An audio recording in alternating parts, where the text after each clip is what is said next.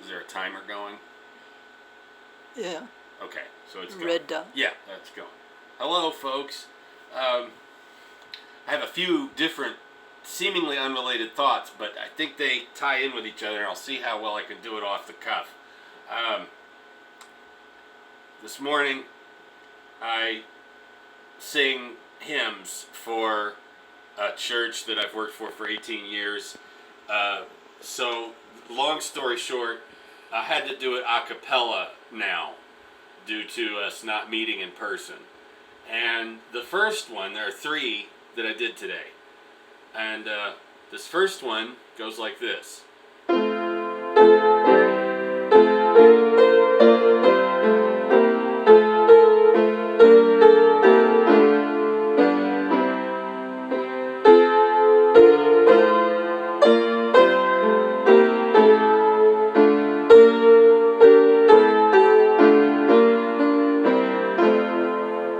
So when I've done this one dozens and dozens of times over the last 18 years for the church, and though I believe there are at least a couple different sets of lyrics to the same tune, at least it feels like there could be. I would have to check to be sure, but it says it's a 14th century carol that it's based on.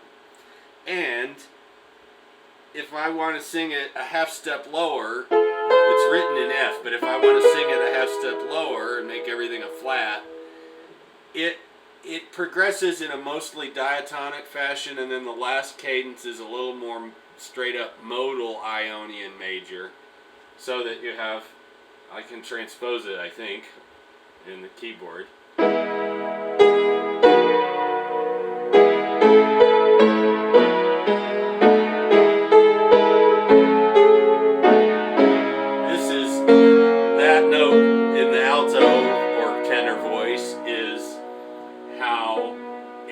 Diatonic and not strictly modal, because in E major, the A sharp of F sharp major is not in that scale. It's used as a 5 chord of the 5 chord of 1. But then, the second phrase, you okay?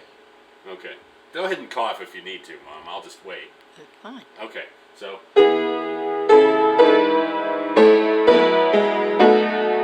Another chromatic alteration being used as an inverted chord of the major 3 major as 5 of the minor 6, which is the relative minor of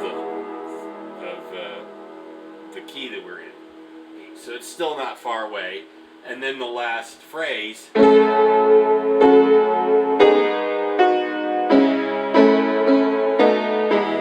time it's an F minor, so the 2 chord is not made major as a 5 of 5, but is just the 2, though it is also a 5 of 5, just a different kind, but it isn't the same. It's still in the scale. Anyway, point is, it's easy for my ear to even do it a half step flat from the way it's written and keep all of the notes together. So, oh, may we be still and seek Him, seek with consecration whole, and so forth, okay? Then the next hymn is one that I've done before, but never tried to do a cappella before, and because it starts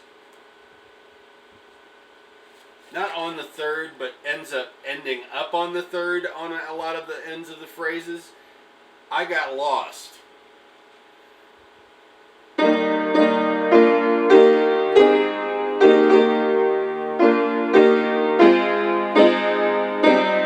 So that's even, I would say, neoclassical modern modal, like yes, it's based on some kind of pentatonic, or not pentatonic, but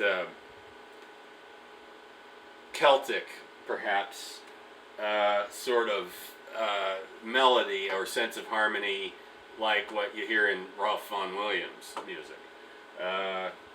But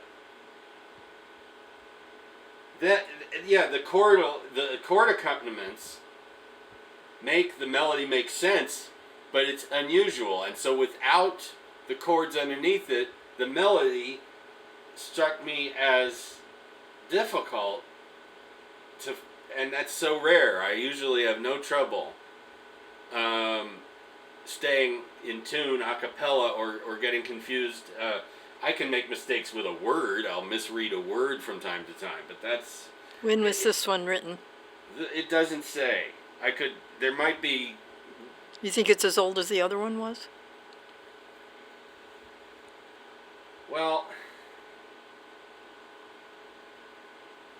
No, I think this is written in the early 20th century. Okay. In imitation of folk-related melodies, but look, Gotcha. then the second phrase, we're in this key, it goes...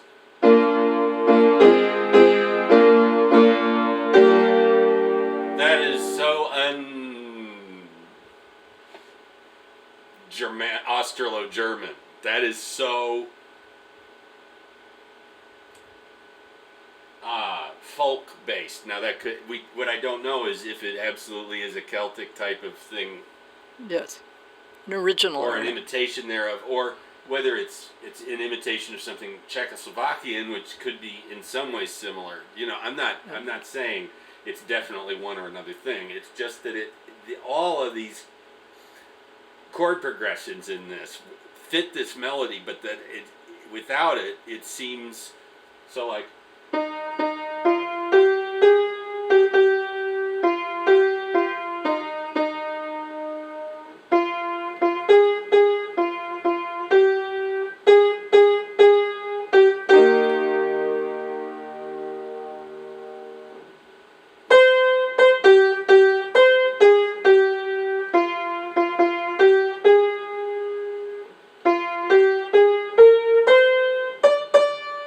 fermata, and then it ends on the third. It doesn't end on the one like 97% of hymns do, even modern ones. Right.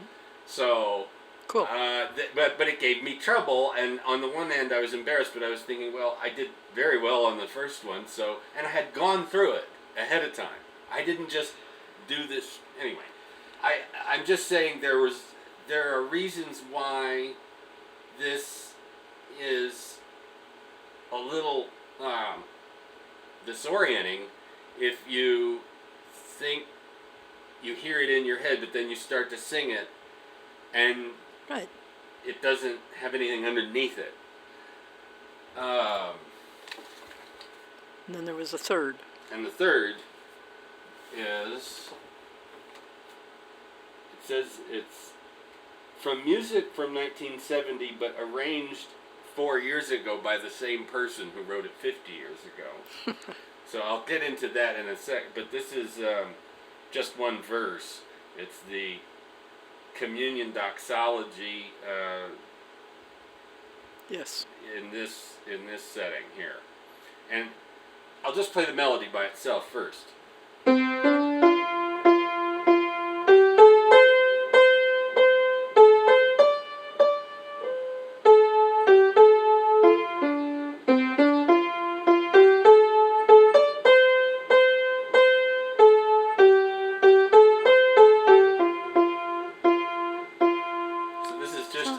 Very this is Western. in a pentatonic. What did you say? Very Western.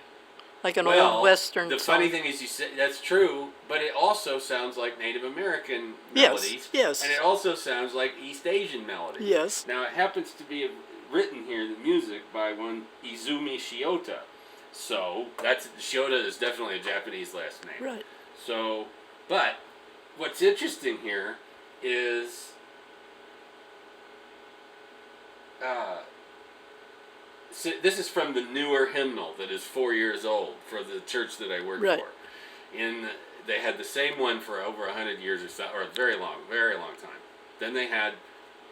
Don't go I need to explain Okay. this.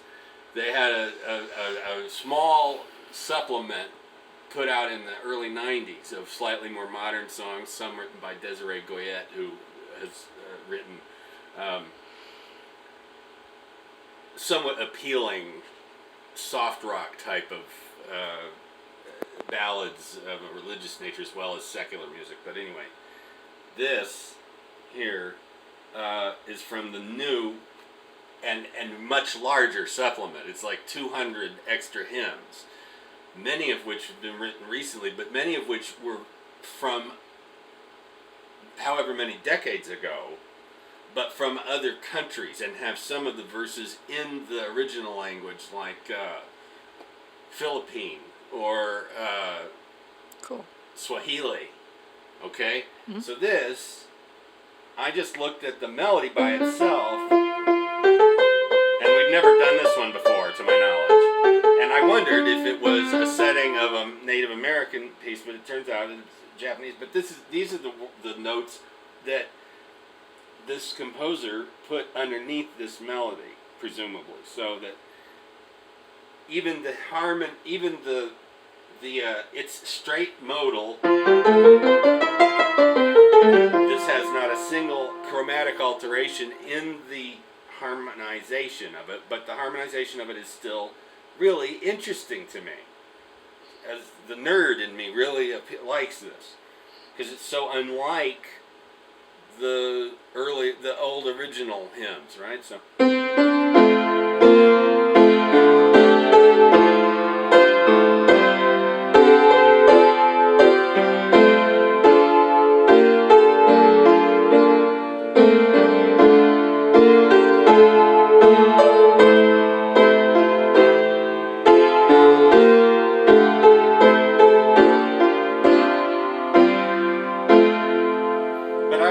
If it wouldn't sound better on East Asian instruments that could it's very play that kind of accompaniment. Sure. It's pretty. But it's almost a pentatonic accompaniment, but it isn't because it uses the 4. It doesn't seem to use... Oh, yeah, actually the middle voice uses the 7. But otherwise, all of the other notes are in the accompaniment here. Not that one there, but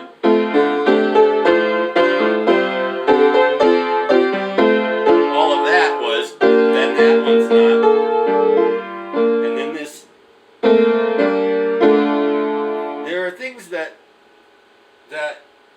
break the old rules of voice leading in this harmonization of this hymn melody, but that's what I wanted to talk about.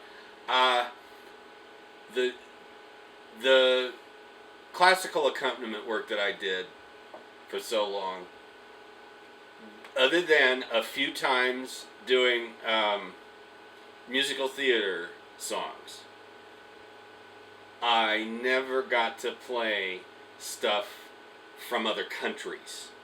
I never got to play... once I got to play, or twice, I got to play stuff that was based on Negro spirituals, but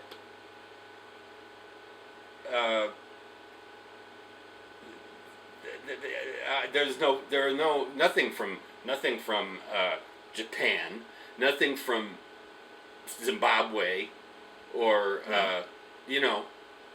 any number of other places that. And this also has some things in it that are very much like the type of Latinx music that is in Pentecostal churches that have Spanish speaking populations. So like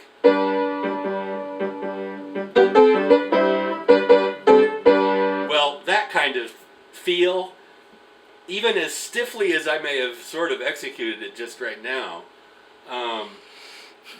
Hopefully it wasn't too stiff, but like just a very straight and plain kind of approach. That much syncopation or anything does not exist in these old hymns from before the Second World War, if not earlier, right? So the fact that the church that I played for 18 years, 4 years ago, adopted this giant new hymnal to expand their musical horizons and express greater tolerance of wider cultural, ethnic backgrounds and everything like that, is interesting to me that that they're doing a little bit more towards that, and that I get to do that professionally than virtuoso musicians in the Okay. academic world would ever want me to be doing. So, thank you, Mom, for recording it, and peace out. It's not off. It's okay.